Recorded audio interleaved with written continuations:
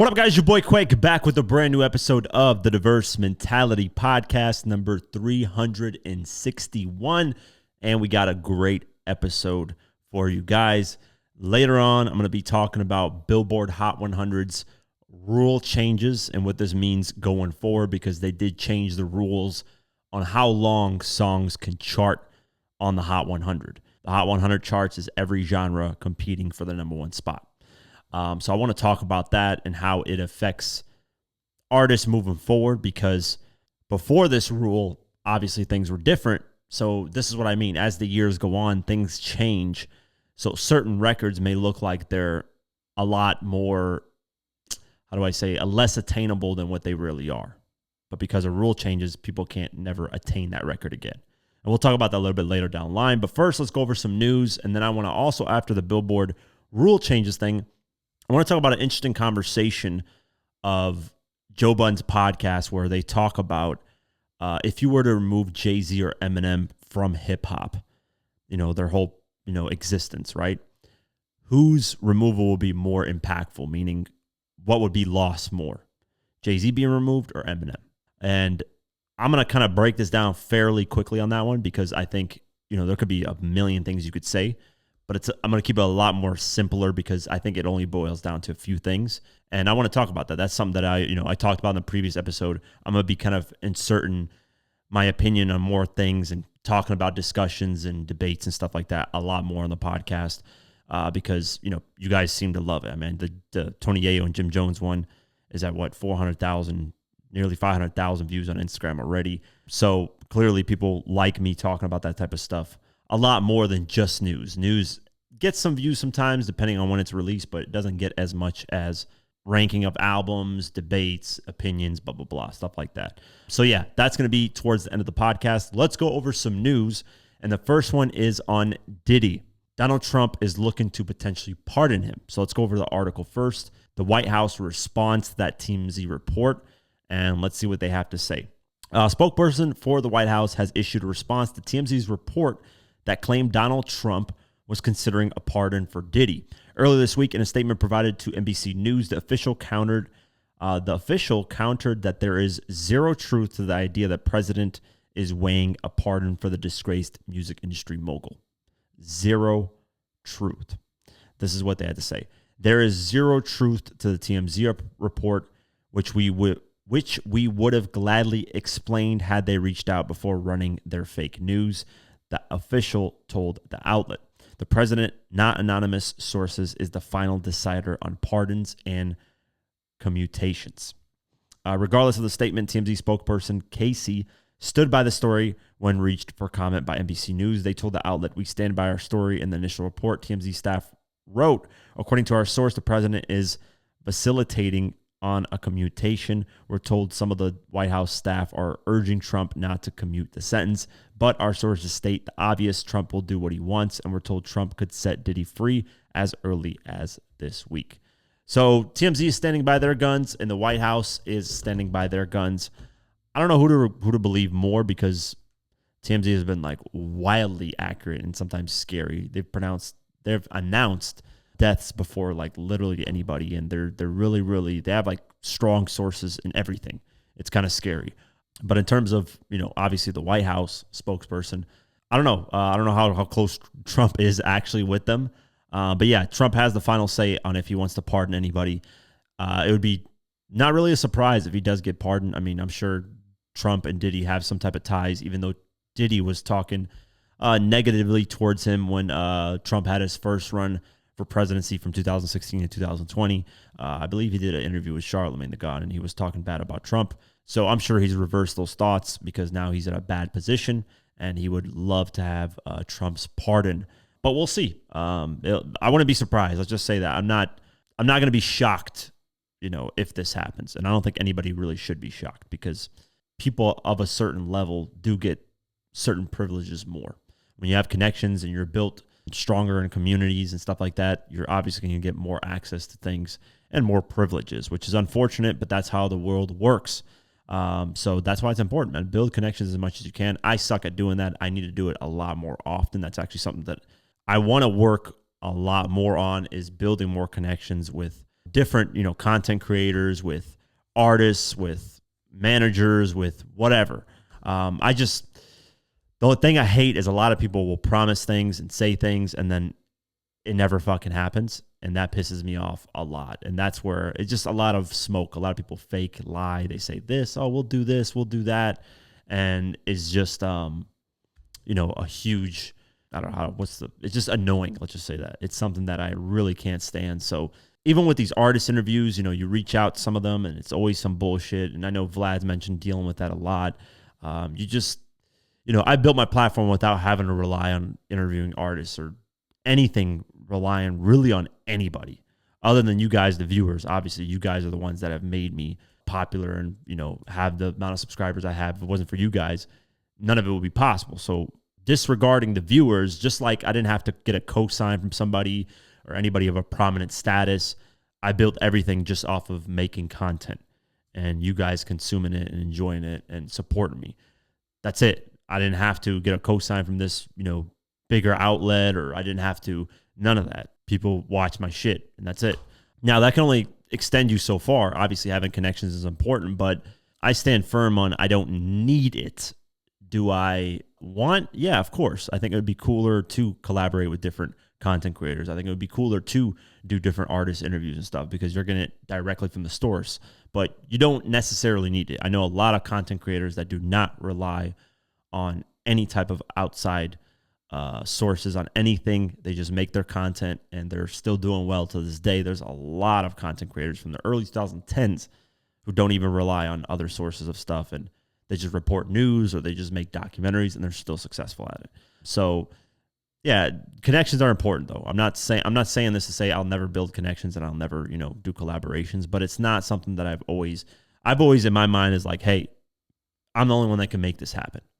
There's nobody I can go to be like, oh, help me build this or help me do this. Like, I just have to make it happen by myself. And if people want to, support me along the way on the journey, and if people want to collaborate and do business with me on the journey of me building, great. I'm not opposed to it. But is it something that I've said, oh man, if I don't get this artist interview, if I don't get this done, if I don't have this connection, I can't make it. I can't do anything. No, I've never had that mentality. I've always been like, I'm going to carry it myself. And, along the way, I'm going to grow as big as I can grow by myself until there's a limitation. But yeah, I'm going on a whole rant here. But that's the situation with Diddy. We'll see what happens moving forward. And some more new news with Diddy. And apparently he woke up with someone having a knife to his throat, allegedly threatening to, off him. So let's go over the article first of what exactly happened, and then 50 Cent's input on this because it's interesting and it's kind of, I don't know if he's joking around. Most of the time he is, but it is interesting what he says. So let's go over the article first. Diddy's friend, Charlucy Finley, says the bad boy mogul once woke up with another inmate holding a knife to his throat. Speaking with the Daily Mail for a piece published on Wednesday, Finley claimed that he heard the music mogul had a close call at the Metropolitan Detention Center in Brooklyn. He's been staying there since his initial arrest in 2024. He woke up with a knife to his throat, Finley told the outlet. I don't know whether he fought him off or the guards came. I just know that it happened. If this guy had wanted to harm him, Sean would have been harmed. It would only take a second to cut his throat with the weapon and kill him, he said. It was probably a way to say, next time you ain't going to be so lucky. Everything is intimidation, but with Sean, it won't work. Sean is from Harlem. Diddy's lawyer, Brian Steele, previously mentioned safety concerns during his criminal trial, including one alleged incident in which an inmate holding a razor was stopped by a guard. Finley added Sean has kept a lot of this stuff to himself because he doesn't want to worry his family. But if you're in jail and you've been charged with anything sexual, it's not a good place to be. He continued, the prisoners take it personal. They look at it like it could have been my mom, my auntie, my daughter. They try to get what they call prison justice. And you have to understand, we are not talking about a regular person. We're talking about Diddy. The story comes after TMZ reported that Donald Trump is currently considering a pardon for Diddy, which the White House, refuted and said is not true. 50 posted the report, and in the caption, he said this, is he snitching now? They put a knife to his neck, and he said, Southside, we outside, LOL. Now, with 50 saying the Southside, we outside, obviously 50's from Southside, Jamaica, Queens. Is he joking around and alluding that potentially he actually had somebody, threaten Diddy in prison? that could be a possibility. I highly doubt it. I mean, 50 likes to troll a lot, but people can interpret it that way. So I highly recommend 50 to kind of, stay away from posts and stuff like that, because it can be looked at a certain way. And even the police could look at him in a certain way and assume that he's the one that's actually ordering hits on him in prison. Because 50 is not a fan of Diddy, of course, as we all know. And then obviously, his baby mama had some type of affair with Diddy, so that obviously doesn't sit well either. So I wouldn't be surprised if the police are looking at 50, and 50's had hip-hop police looking at him for years now. I mean, something that's nothing new when it comes to 50. So I think him saying this is not the best of things, because a couple weeks ago, there was reports that, Diddy was going to get, attacked in a certain way. And then 50 in the caption also alluded that he had something to do with it, which is not the best thing to be posting. 50 then posted an image that said 50 Cent reacts to Diddy being sentenced to 4 years in prison. And there's an image that TMZ, I believe, created that said Diddy's defense claims man tried to shank him in jail, alleged attack thwarted. And 50 in the caption said, "This is cap. I told them to wait." Now, as you can see, that seems like 50 has somebody out there doing something potentially harmful to Diddy. And I know some people will look at 50's page and say he's trolling, but you can see how this could get misconstrued and people could assume things. I'm not saying that 50 is doing something to Diddy in prison and that he's going to potentially get him hurt. I'm not saying he isn't. You just don't know with these type of messages, and with 50 reacting when certain things happen, it can be, looked at in a different way. So I'm saying that to say, we don't know what's going to happen moving forward. I don't know if the Diddy story is true. It could just be a story out there to convince Donald Trump, the public, or whoever that Diddy should be a free man because his life is in jeopardy in prison.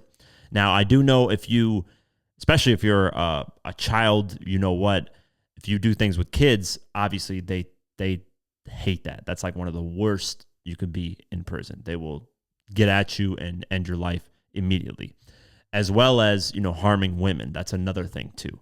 The other things, you can kind of more maneuver and get away with, but those two things, it's pretty much a done deal, especially if you're out here harming, innocent people, especially women and kids. It's something that's not going to be looked at that well. So yeah, we'll see what happens moving forward, but insane story and insane reaction from 50. Kevin McCall, if you don't know who this is an R&B artist who is best known for being on the song Deuces with Chris Brown. He has been making the rounds in the media because he went on a podcast and essentially said he's broke. He's on EBT, which is food stamps. And if you don't know what that is, that's basically government-assisted funds to be able to survive and buy food. And he goes on the podcast essentially crying, saying that Chris Brown never looked out for him or whatever the case may be. So let's go over the article first. Kevin McCall, who is best known for working with Chris Brown in the early 2010s, says the singer still owes him money. He explained that he's currently struggling financially and called on Brown to lend a hand during an appearance on the Back on Fig show on YouTube. So let's play this actual clip. Like my child support is $2,000, right? Nigga, Deuces ain't been popping since 2012. Why is my child support $2,000? So I had all this back pay. Then I sold my catalog for $500,000. I only got $250,000 out of it.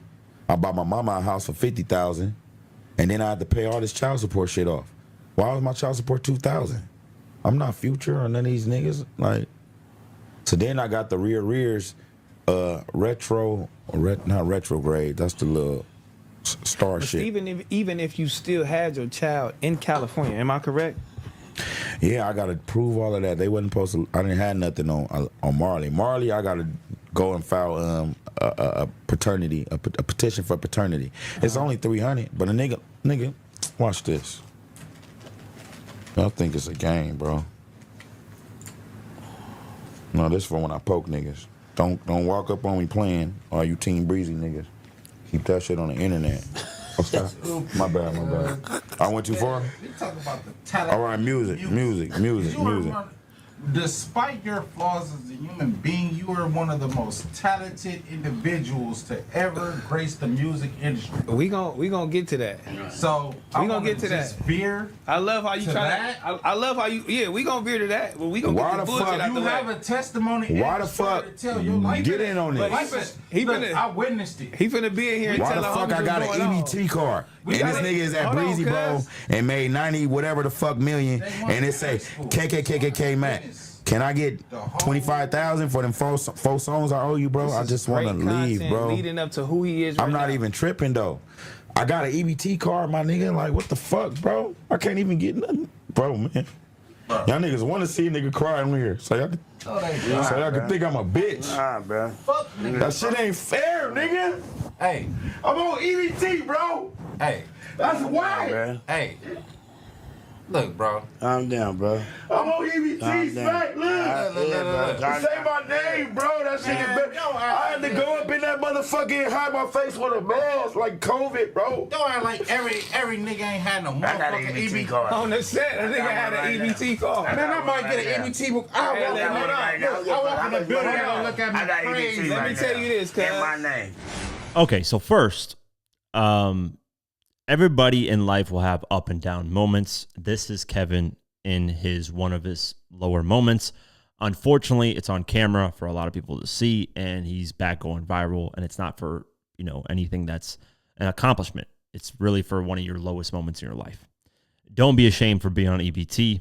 When my parents came here in America with nothing but the shirts on their back after the war in my country, we were on EBT for a long time. We actually were on and off it for a while. Thankfully, now we don't have to be on it. We're a little bit better off.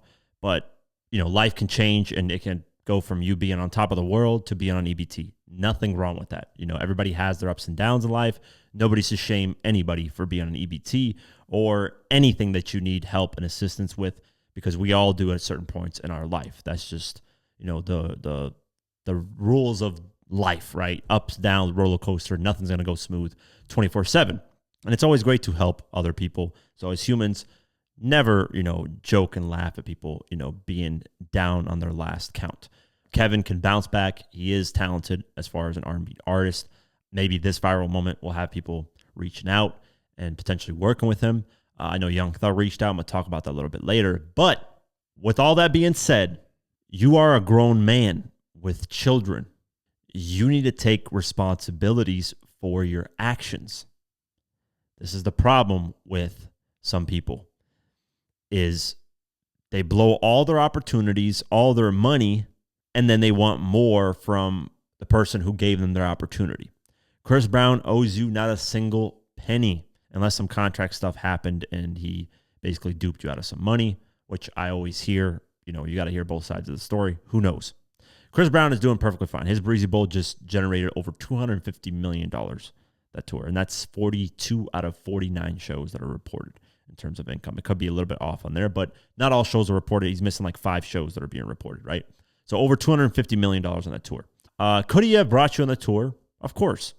Just like 50 brings Tony Ayo and Uncle Murder, or Busta Rhymes being Spliff, whoever, right? There's always an artist that brings, some of his homies to do hype men, whatever. He could have done that. But the reason why he didn't is because first people were feeling sorry for Kevin and saying, damn, man, Chris Brown's got all his money. He should, just look out for him. He said he wanted $25,000 for a couple songs he owes him. Okay, $25,000, that's not a big deal to Chris Brown, right? But when people dug deep, they found out this guy Kevin was disrespecting the shit out of Chris Brown on social media various times throughout the years. I mean, he was disrespecting his kids, him, whatever. He was saying outlandish shit. I wish I could find the tweets. I'm going to look quick because there are some old tweets that are insanely disrespectful. So this is an article written in 2018. It says, Kevin McCall threatens to kill Chris Brown and Royalty on social media. Royalty is Chris Brown's daughter. So when things like that happen, bridges are burned. And Chris Brown responded to this. And he said this: remember this, you can't walk across a burnt bridge. And you know what's funnier than a troll? A broke one. So Chris Brown clearly has his stance in saying that, hey, I don't rock with this guy. So with that history, you can't expect Chris Brown to just be like, oh, I'm going to forget you threatening my daughter. I'm going to forget you threatening me and whatever else that they had in the history. I'm just going to give you $25,000. He could do that, and he would be a great human being for doing that, but he doesn't have to. He doesn't owe you anything. Just giving you an opportunity to work with him is a huge thing in itself. Mind you, Kevin McCall, in his prime with Chris Brown, had generated anywhere from $2 to $6 million, potentially more. But let's just say in the middle, $4 million. Let's say he generated in his prime $4 million. He blew all that money. I mean, he had a tweet too. People were just pulling up old tweets, man. They were cooking this guy with old tweets, saying that it's an old tweet where he's like, I'm just blowing, man. I'm having he's talking about how much money he's just blowing. He's laughing it off. Like, man, I just bought this girl this. I bought this house. I bought this car. When you're put in a great position and you blow it, you have to take accountability for that. You can't just be like, oh, it's somebody else's fault. Oh, you should have paid me more. Oh, you should have done this. No, I mean, at the end of the day, you sign contracts. You're a grown man. I don't know how old he was at the time, but I doubt he was under 18 years old when he signed contracts and he did all this stuff. At the end of the day, 18, you're legal enough to sign your own contract, legal enough to do a lot of things. Now, granted, are you mature? Probably not. You know, most people at 18 years old aren't mature enough, and they will blow most of their money and they'll blow all of it sometimes. But you can't do nothing but hold yourself accountable and try to build bridges between people, man. You're at one point, you're a very talented artist, and you still, from what I'm hearing, are. I haven't checked out any of the new music, but from what I'm hearing, a lot of people still rocking with you musically. So build bridges again. You know, you did it once. Why can't you do it again? Easier said than done, obviously, but I'm the type of person, and this is going to sound very evil and very harsh, but I'm the type of person that if you don't learn from your lessons or you don't have any accountability, I don't feel sorry for you at all if something happens to you. Because clearly, the first time you did it, it never registered in your head to never do it again. And you still did it. I don't have sympathy for somebody that can't take accountability when they fuck up. That's a huge thing for me. If you can take accountability and say, you know what, I messed up, then yeah, I'll look out for you. I'll help you out. And learn from it, obviously. Because if you take accountability and you do it again, then I really, really don't give a shit at that point. That's just how I am. Because I take accountability for my actions. If I fuck up something, whatever happens, I take accountability. I'm a grown-ass man. And so is Kevin. You're a grown-ass man crying and drooling on an interview, begging another grown man for money. Not a good look, man. And you sold your back catalog in the interview. You said for $500,000. You got $250,000 from that. You blew that again. You shouldn't have done that. You know, child support, all this stuff. Stop sleeping with random women. Get with one woman. That's another thing that a lot of men in today's society they sleep with all kinds of women, have kids, and they're stuck on child support, ruining their lives. Take your time with these things. These are life-changing, life-altering moments in your life with huge opportunities in life and who you're going to spend the rest of your life with. Because everyone in life, for the most part, I can't say really everyone in life usually has some sort of opportunity to better their life. And unfortunately, a lot of people blow that. Or they just don't realize they have that opportunity. I can speak to a couple of people that used to work for me, that used to work and help me, and they didn't see the vision. And then now Diverse Mentality is at a different platform, and they're like, oh, you've grown them, and can I join you? And I'm like, no. You didn't see the vision early on. Why are you trying to jump in now? You know, I've given opportunities. People have given opportunities to me. If somebody gives me a huge opportunity, let's just say right now, I don't know, Tyler Perry, let's just say, comes up and says, hey, I want you to make documentaries about hip hop. I'm not going to sit here and blow that opportunity. That's a clear indication. But obviously there's more. That one's like a very clear one. It's very obvious. Like, hey, I get this opportunity. It's, big deal. But some people even blow that. But there's some subtle opportunities in life, right? Where you can make this connection, or you can be at this certain event and you can potentially meet somebody that will really help you in your life. You can't blow these type of things because you only get a few of them in life. Everybody, for the most part, gets some type of opportunity to better their life or be in a better position in life. And they usually 80 to 90% of the time blow it for whatever reason. Either they're scared, not confident in themselves, they don't recognize the opportunity, whatever the case may be. But there's always opportunities in life to better yourself. And unfortunately, it looks like Kevin had those opportunities and squandered them and blew them. And instead of taking accountability and learning, he's begging Chris Brown for money. Now, had he not threatened his kids, and done all that, maybe Chris Brown would have put him on tour, man. Maybe out of that $250 million that he grossed, maybe Kevin could have walked away with at least $500,000 or $200,000 or $100,000, and he would have been in a better position in life today than now. But he burned that bridge over whatever. I don't know what their beef is, their history is, but clearly something went wrong because Chris Brown fired back at him a few times too online. They're posting videos about that. They had a fallout somewhere. Young Thug jumped in, and being, I guess, a good Samaritan, he said, Kevin McCall, hit me, my guy. I'll give you that $25K you need. And I know CB, Chris Brown, would give it to you also, bro. He's a real one. Guys is sometimes busy, brother. Well, fans quickly responded and said, don't give this guy any money. He's threatened Chris Brown. He's threatened his kids. That's the reason why Chris Brown ain't helping him, so on and so forth. So then he followed up that tweet with, sorry, Mick, which is Kevin, LOL, ain't know this was all happening, kid. So he basically said, like, hey, you got a lot of shit that's going on that I had no idea about, and I can't get involved with that.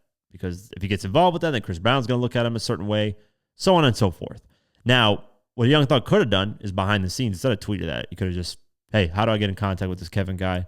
Let me help him. Let me give him $25,000 in his pocket. He didn't really have to tweet that. I think it's more for publicity purposes, because if I see somebody struggling and I know I got the means to help him, I'm not going to tweet about it, man. Especially Young Thug. He's got the power to just be like, hey, I want to contact Kevin, and he'll find a way to get in contact with him immediately and snapping a finger. Especially if you're at that level of superstardom, you can usually get in contact with anybody. You don't need to tweet it out and ask, like Meek Mill does a lot, which is hilarious. But weird situation, unfortunate situation, because he is down bad. So there's really no laughing at that. I think anybody that is laughing at that and, saying, look at him, he's a clown, this and that, don't do that, because life can change and you could be in that same position in life. And, yours won't be as public, but it is a bad situation and position to be in when you're really down and out, so down and out that you're going on camera crying about it.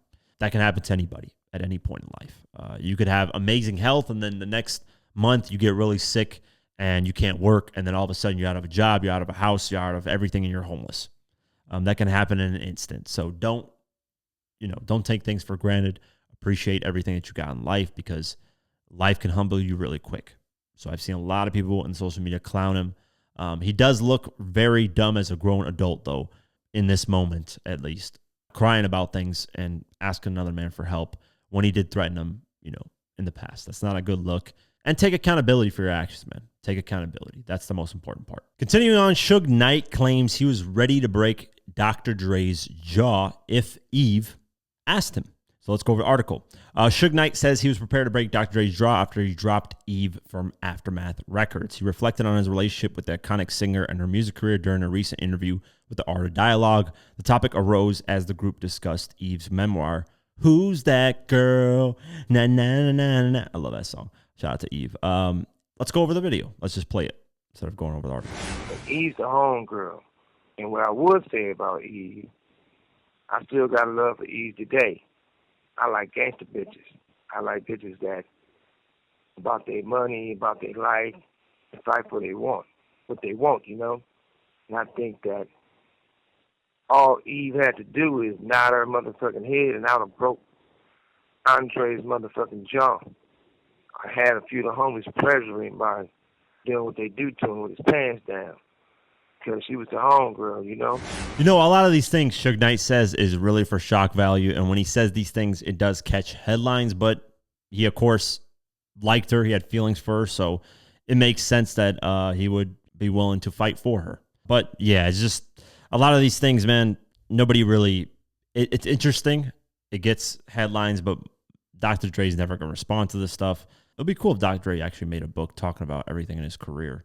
I think that would be really dope. But other than that, like I said, take things when it comes to Suge Knight with a grain of salt. But Suge Knight is the type of person that did put hands on people back in the day. So he would do that definitely to Dr. Dre if there had been something disrespectful going on. I would not be surprised. But yeah, that's it. I thought it was just interesting. And we'll see what Suge Knight has cooked up in terms of stories next time. Playboi Carti, yeah, he's just a terrible person. Let's just go over this article because I'm gonna have a field day with this guy if I have like a good hour to talk about him. It's just ridiculous.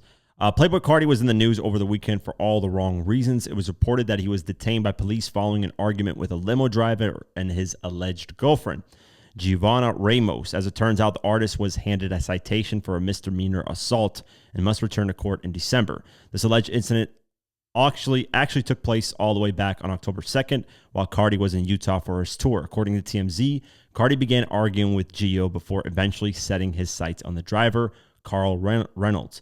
Carti allegedly hit Reynolds in the face and eventually left the vehicle before getting in another car.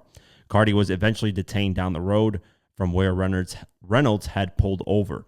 Now, dispatch audio from the situation has made its way into the hands of TMZ, and it's looking worse for Carti. As you can hear, the cops tell the dispatcher that the artist had allegedly threatened to shoot another driver named Lance Hayes. Despite what occurred, the artist remains on tour with his opium label mates such as Ken Carson, Destroy Lonely, and Homicide Gang. The tour has had a plethora of guests, including superstars like A$AP Rocky and Kendrick Lamar. Going forward, we won't have too many updates about this case until Carti's court in date. However, this is certainly not the publicity that fans were hoping for. This is a controversy that won't go away easily. Let's play the audio of the dispatch call. Caller, he says he was the driver of a limousine company and that the individual he was driving was the one who punched him. I'll add the information to your call comments. Doesn't sound like it's ongoing, but I'll let you know. Thank you. We just spoke with Carl. He's still at that address. He's stating that the suspect that punched him got in another vehicle, another black Suburban. He went down River Road. So we're going to try and find him. Apparently he's threatened to hit and shoot that other driver too. So we're going to go check him out. First, this guy's music is straight booty flake ass cheeks. I mean, I don't understand what the appeal is with this guy. His music sucks donkey dick. I'm going to keep it as vulgar as possible because the music is just trash. I don't understand how this guy's selling records. I don't care if somebody calls me an old head for saying that. It seems like only kids like this guy. I really, really rarely ever run into anybody over 25 years old that legitimately enjoys this guy's music. I'm not an old head for saying that. His music is just garbage. That's just the reality situation. None of it's good. So let's just take that out of the equation. Despite his music being ass, that doesn't mean that, I would have hate the guy. There's a lot of artists who I don't like, whose music I don't like. That doesn't mean I don't like him as a person, whatever the case may be. But not only is this guy's music booty flakes, he is a terrible person too. Just terrible. Terrible fucking person. Here's one example here. There are reports he abused the living crap out of Iggy Azalea and isn't a great father to their kid. And there's a bunch of, man, I can't even go over the amount of stories I've heard of this guy just being a deadbeat father, an abuser, and all this shit. Why is he getting any type of, why aren't people being like, you know what, maybe, shame on Kendrick Lamar for working with this guy. Let's just say that. Shame on any artist for working with this guy. Would you have on the tour? Kendrick Lamar, A$AP Rocky? Kendrick should know better. Kendrick, I can see where people are like, oh, Kendrick's a hypocrite because he'll say, oh, you're this and this to Drake, and then he'll go and work with Playboi Carti, a guy who abused his wife, which doesn't look good for the domestic violence accusations that Kendrick Lamar got from Drake. But if somebody was doing this, I'd be like, man, get the fuck away from me. I want nothing to do with you. But hey, man, art is art. I guess, maybe you can put that shit to the side. Me, I can't. So yeah, I just wanted to talk about it because I've seen so many stories of this guy and I'm just like, this is my chance to kind of just talk about how terrible of his music is and how terrible of a person he is. Hopefully he gets his life together and actually is a respectable human being because some of these celebrities just think they're on top of the world. They can do whatever and that everybody knows who they are. Nah, I could give two fucks about Playboi Carti. If I saw him in person right now, I really wouldn't give a shit. He's one of those people that just, I'm surprised he even has a music career because the music is so bad. But yeah, that's my take on it. Very, very horrible human being of a person. And I hope he actually turns his life around and actually becomes a better fucking person because no other way to say it than deadbeat father, abuser, and threatening limo drivers and all kinds of shit that I've heard. Just horrible person. New Billboard Hot 100 rules. Let's go over it. Kendrick Lamar has officially fallen off the Hot 100 chart. And it's not because the song Luther isn't getting played and still doing numbers. It's because there is a new rule. So let's go over this rule. I actually want to break this down for you guys because it's interesting. Because moving forward, right now, Teddy Swims who has the longest record for having a song on the Billboard Hot 100, his record will probably never be broken because this new rule won't allow it to ever happen. So in the music history, people are going to look at that record and be like, wow, this is the longest charting song. It might be, is it one of the biggest songs ever in the history of music? You can make that argument, yeah, but rules change, things happen where people can't break certain records and then make something else look a lot, better and crazier. So like I said, as time goes on, a lot of this stuff we won't remember in terms of rules and what happened. So people are just going to look at certain numbers and be like, this is what happened, when there's more of a story around it, right? So let's go over this. Starting this week, songs will go recurrent, which is be removed from the chart once they fall below these thresholds. So if a song goes below the number 50th spot after 20 weeks, that song will be removed immediately. So it can't go after the 21st week, go to number 53. It would just automatically be removed. If a song goes below the number 25 spot after 26 weeks, so after 26 weeks, if the song is below the number 25th, so if it goes 27, the 27th week, then it is removed off the charts. If a song goes below the number 10 spot after 52 weeks, so 52 weeks pass, it's been in the top 10, and then it goes to number 17, it will be removed.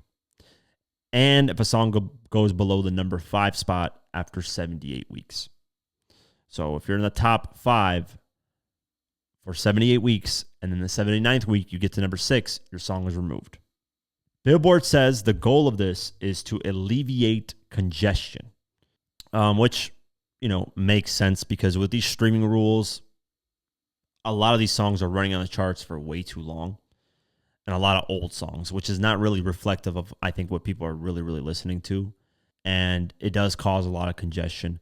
That's the problem with streaming. It's too on demand to where, numbers get skewed and things happen and certain songs grow at certain times. It's just weird. So there will be no more 2-year runs, much more turnover on songs, and more room for new songs to grow and get recognition on the charts, which is essentially a good thing, right? You want things to start moving around and not have records stay on the charts for that long, despite it being, number 73 for 200 weeks, right?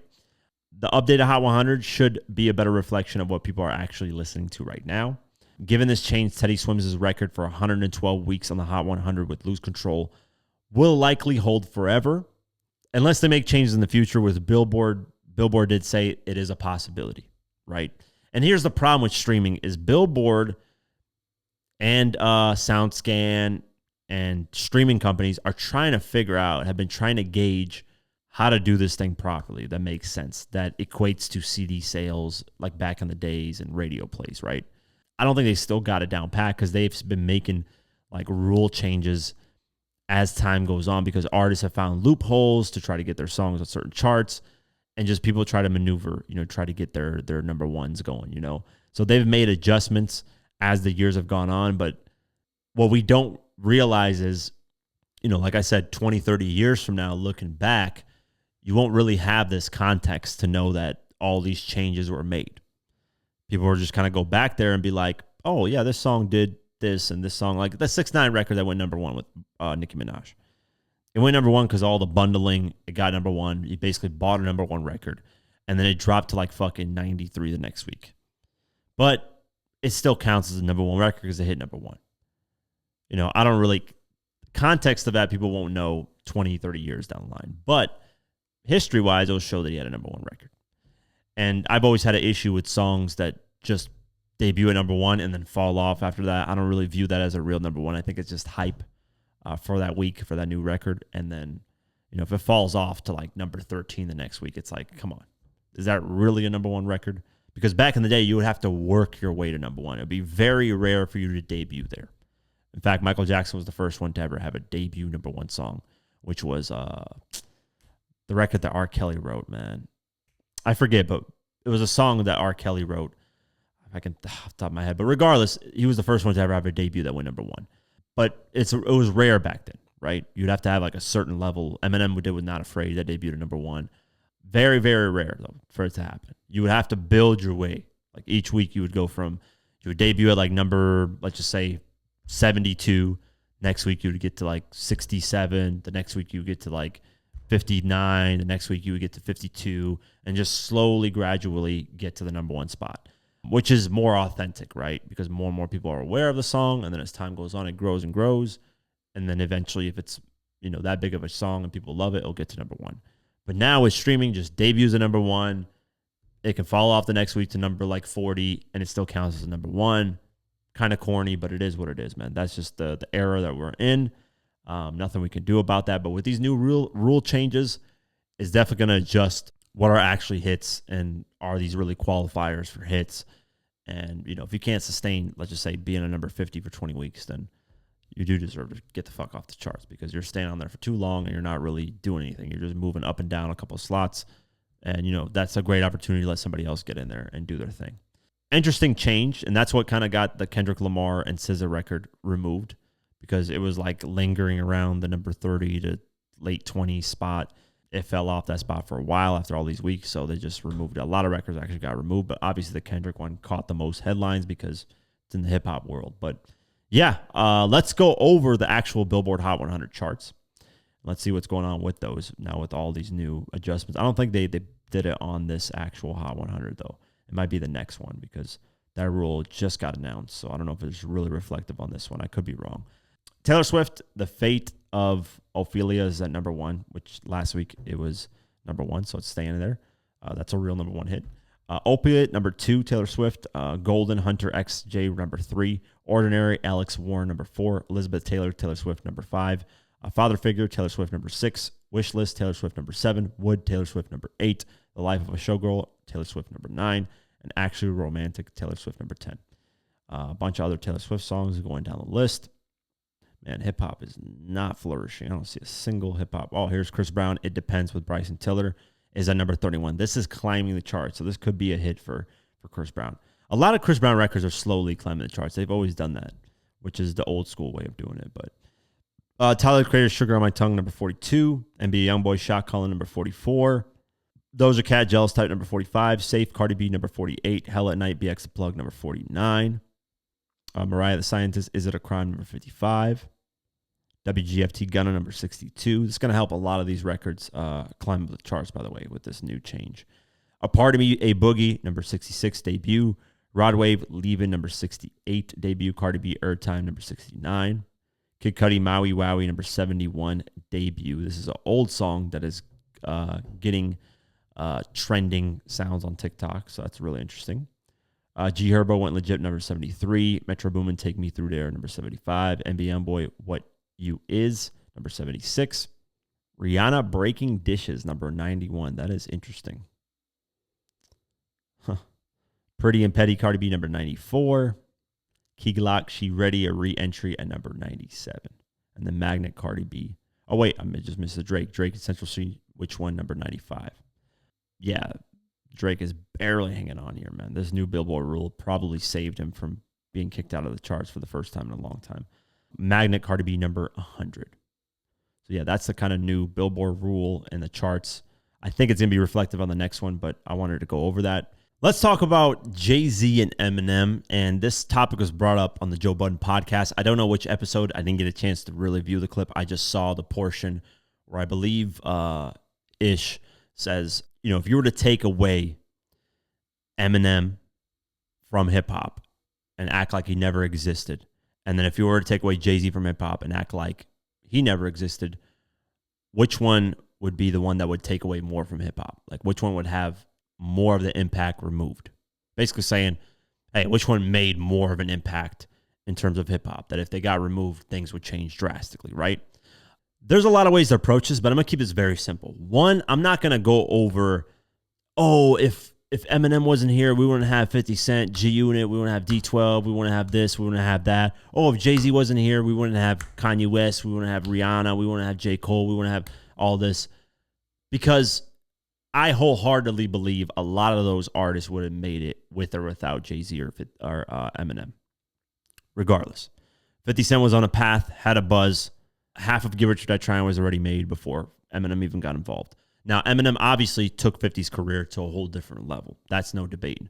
But in terms of 50 making it, he would have made it at a certain point, regardless. He was blackballed, but the buzz was so hot that one label would have signed him and been like, yo, I rock with you, and let's push you. Same on the Jay-Z side. Kanye, first off, Jay-Z was really against Kanye rapping initially. Dame Dash was behind him, but initially Jay-Z wasn't even cool with it. So that's the kind of crazy thing. But Kanye would have made it regardless, with or without Jay-Z support. Rihanna potentially would have made it with or without Jay-Z support. J. Cole would have made it. He already had a buzz going with or without Jay-Z support. So I'm not going to go into that. I think a lot of those artists would have made it with or without their support. Some you could argue, D12 would have really made it without Eminem, blah, blah, blah. Jay-Z and Rockefeller would, Beanie Siegel make, whatever. Like, you can argue those little schematics. I'm not really interested in that conversation because like I said, believe they would have made it regardless. A lot of those artists would have made it regardless of Jay-Z and Eminem not being there, right? So that leaves us with, what other impact, right? Musically, culturally, business, whatever. First, the easiest way to look at it is, at least to me, is who made the genre bigger? That's really what this is about. And I hate to make this a black and white thing, but with Eminem, you have to make it a black and white thing because Eminem is a white artist. And Eminem being a white artist in a predominantly black culture and hip-hop music, he is an anomaly. He is a rare specimen. Let's just say that. And that in itself makes a huge impact. With that being said, Eminem is a way bigger impact. I want to say way, I think that's exaggerating, but he is a bigger impact than Jay-Z. And I want to say this is no disrespect to Jay-Z, no disrespect to Eminem, nothing, right? I'm just voicing my opinion. I respect both of these guys. Jay-Z's been one of the longest, hardest working artists, longevity-wise, career. It's almost perfect. Same with Eminem. Longevity, they both killed it. They're both legends in the game. We know that, right? Eminem's impact, though, is bigger because Eminem took hip-hop and made it global. Before Eminem, it was still an American thing, for the most part, right? Yeah, you had a couple records that went global and did its thing, but Eminem literally toured the whole world and had people that never had interest in hip-hop music ever in their lives listen to it.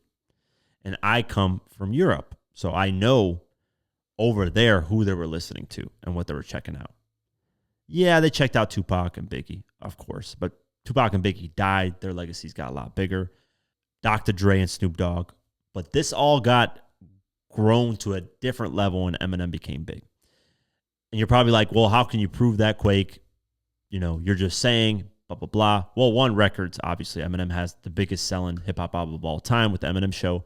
Over 40 million, I think 41 million records sold worldwide, which is the biggest selling hip-hop album of all time right now. So that's numbers-wise, you can prove it. But there's another way you can prove it. And a lot of people forget this. And this is what I would have said on the Joe Budden podcast. Every year, besides the first year that Eminem came out with his the Slim Shady LP, but every year after that, up until I believe 2000 and when Eminem was in prime, 2010, so recovery. Every year when he would drop an album, everyone else would sell a lot more too. Now you're wondering, well, how is this possible? Why? Well, back in the day when you actually had to go get CDs, you would go to the store and you would see a rack of CDs. And let's just say a kid was going to buy an Eminem album, right? You would see the Eminem album, let's say Marshall Mathers LP, want to buy it. But then you would see other albums surrounding that. And maybe this person, heard DMX or heard Jay-Z or heard Nelly or heard Ludacris, whoever, right, at the time that was popping was like, you know what? I like this Nelly song. I like this Ludacris song. I like this Jay-Z record. Let me buy this album too. And that's why sales were boosted because it encouraged Eminem. Let's just keep it a buck here. Let's keep it 100% honest. White people bought more albums than black people did. So it would encourage white people to go to the store, look at an Eminem CD, buy it, and then potentially buy a CD from DMX, Nelly, or whoever else was popping at the time. And that's just the reality of the situation. Eminem made hip-hop global. Taking him out of it. Now, the argument that can be made is who had more of an impact on other artists. It's obviously Eminem. by a, I want to say long shot, but it's pretty clear. If you go and look and you ask artists that came out after 1999 or 2000, let's just say, a lot of them credited Eminem and they credited Jay-Z, both. But Jay-Z, here's why. If Jay-Z was removed, it really wouldn't be a huge impact on hip hop. Because, and I hate to say this because it doesn't have to be about skin color, but in this case it is, because Eminem is a different skin color, so we have to bring this up. If you were to remove Jay-Z, he is just another black lyrical artist. And I hate to, because that's such a, it's simplifying it, because that's not really, you know, like if you deep dive into it, obviously Jay-Z is one of the greatest lyrical artists that's out there. But at the end of the day, he is a black lyrical artist. If you remove him out of there, somebody would replace that spot easily in terms of music, right? And the reason why I'm mentioning music is because there's something that Jay-Z can't be replaced by, and we're going to talk about that a little bit later. But musically, Jay-Z could have been replaced. It isn't really that big of a anomaly. It's not nothing super unique. Yeah, Jay-Z has his own unique flow and stuff. That's unique to him. But musically, it could have been replaced. And I'm not saying that to dwindle down or belittle Jay-Z's career, any of that. I'm just keeping it 100%. There are plenty of black artists that could have filled Jay-Z's shoes. No problem. Eminem, it's been clear as day, and as the years have gone on, there's been nobody that has been white that has been remotely close to Eminem's level of talent. Nobody. Since Eminem came out in 1999 till now, and before, you could argue Beastie Boys, they're cool. Vanilla Ice was really just a pop hit maker with Ice Ice Baby. One hit, disappeared after that. Mac Miller was a lot of people rock with him, so I think he had the best chance because he wasn't just like a one-hit wonder as a white artist. Paul Wall lyrically wasn't there, but he was dope. Asher Roth was at one point hailed as the next Eminem. Any white rapper that came out was hailed as the next Eminem because Machine Gun Kelly is there, but he kind of went to rock, didn't really have a huge impact on rap like that. Whatever. There hasn't been anybody even remotely close to Eminem, right, as a white artist. So removing him would have a way drastic effect versus Jay-Z because it's black culture. That is just a pool of different black artists versus one white guy, essentially. You had the Beastie Boys, Vanilla Ice, Eminem. I don't know who else, man, off the top of my head, but you had a few white rappers, but Eminem was like here, and the rest are like here. It's like a huge drastic change, right? With Jay-Z, it's like, yeah, he's lyrical, he's up here, but, you know, you can put Nas up here, you can put Black Thought up here, you can put, I don't know, whoever else you want to put that's black that raps really well, right? So you could eventually replace Jay-Z's music with somebody of that nature, right? That does that kind of music.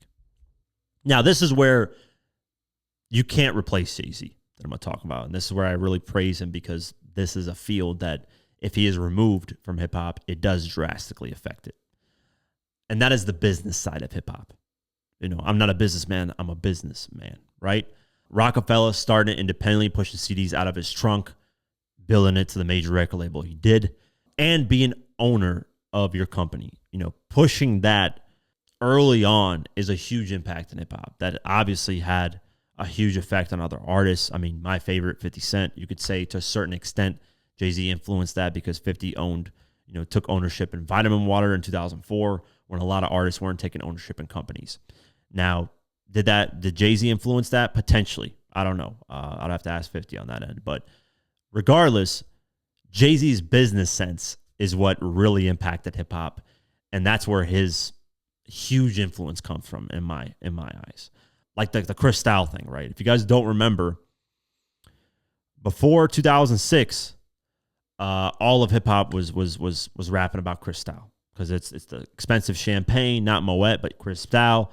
Everybody's rapping about it. Then the CEO, or I believe it could be the CEO or, someone high up in the Cristal company, right, got asked about rappers using their champagne in videos and how he felt about that. And he basically made racist remarks. He was like, I don't really like it, but what are you going to do? You can't tell people to not buy our product, which is one of the dumbest things you could say.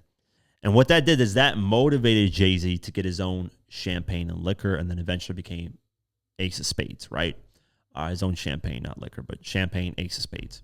Because Jay-Z was like, fuck that. If you don't want me spending money on your product, then I'm just another black guy that you hate. So let me create my own product. Let me own my own shit.